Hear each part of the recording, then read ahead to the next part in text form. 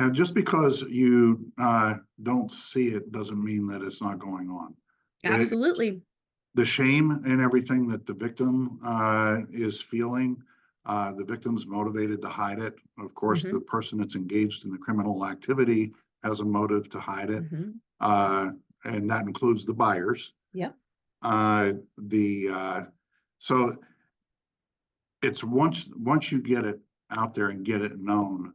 I'm blessed in Jefferson County. We've actually gotten more people incarcerated per capita than any other county in the state, and it's because our district attorney and our judge take sexual abuse of minors and others very seriously, whether it's human trafficking or whatever. So I'm very blessed to have that team here, and as well as our state police and local law enforcement. They're very active with it. But that's the dichotomy. You go from not knowing to when you start actually getting involved and starting to prosecute. And when you do it in a way, all right, the people who are in what they call inside the life, it takes many times with encounters with law enforcement, carrying nursing professionals, whoever, before they actually decide that they're going to seek help. Yeah.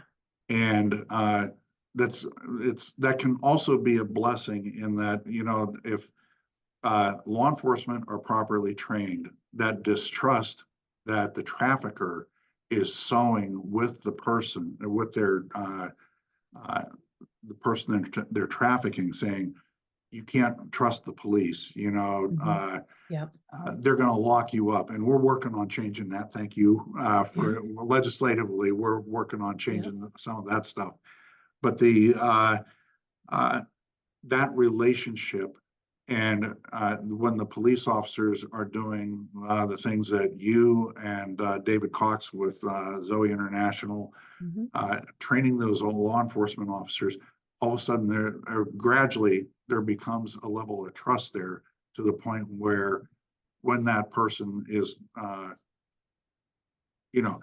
some sort of an event that's high trauma or high emotion brought the police officers there, and that just might be the motivation to, at that right moment, where that person who's a victim takes the first step to becoming a survivor.